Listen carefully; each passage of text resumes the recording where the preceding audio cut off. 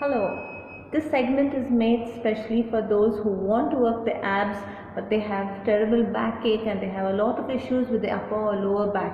So what I'm trying to do is show you what you should do in between your ab segment to relax the back. I'm going to show you a few exercises starting with a good little bit of warm up for the back. So if you can start with putting your legs down and pulling your abs in and back. When you lie down, there's a gap between your legs. If you see the feet are not together, there's some gap, and here there is 2-finger gap here. So this is your starting position. Your knees are in line with your hips, in line with your shoulders. So it's a pelvic tilt and down, pelvic tilt and down. Now this is warming up your abs and your back together. Okay. Now another thing you can do to warm up is put your hands in line with your shoulder, twist your legs to one side, and you look in the opposite direction and change your side. Press the knees to touch the floor. It doesn't have to touch, but that's the action you'll be doing. Try to look in the opposite direction each time. So do this around 10 times. Another thing is keep your feet together. Bring both your feet down to one side and you look in the opposite direction. Same way. Take it all the way to the other side and look in the opposite direction. You can do this too if you are able to, side to side. Each time turn your head in the opposite direction. Another thing that works very well is bringing one knee into your chest.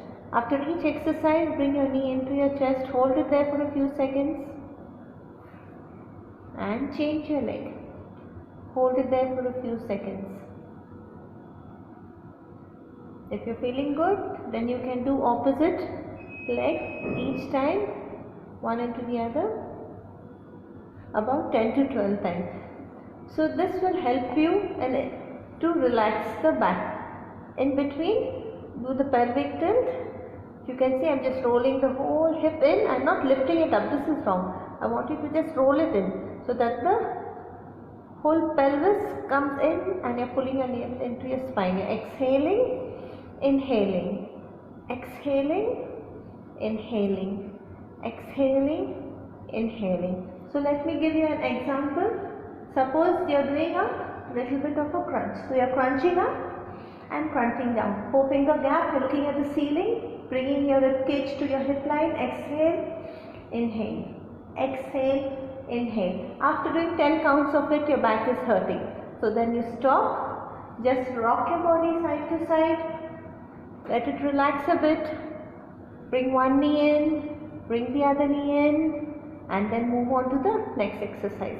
Then again, suppose you come up to touch your calves. Finish the exercise and then again keep your hands in line with your shoulders and again. Bring one knee in, hold it there, change your leg. Hold it there and move on. Then maybe you'll do cycling next. Now when you have any sort of back issue, it's always better to take your palm and put it below your hip for support. So this gives you some sort of support. Then even if you can't do both legs together for a cycle, you can do single leg. Do one leg, nice and long, bring it in right down and then you do the reverse. And then you change your leg and you do the reverse. You can also hold your knee and just rock your body front and back or side to side. You can bring your head up. This, as you get better, you'll be able to sit up and sit down. This is only after you become better. Then this becomes an exercise to strengthen your whole back.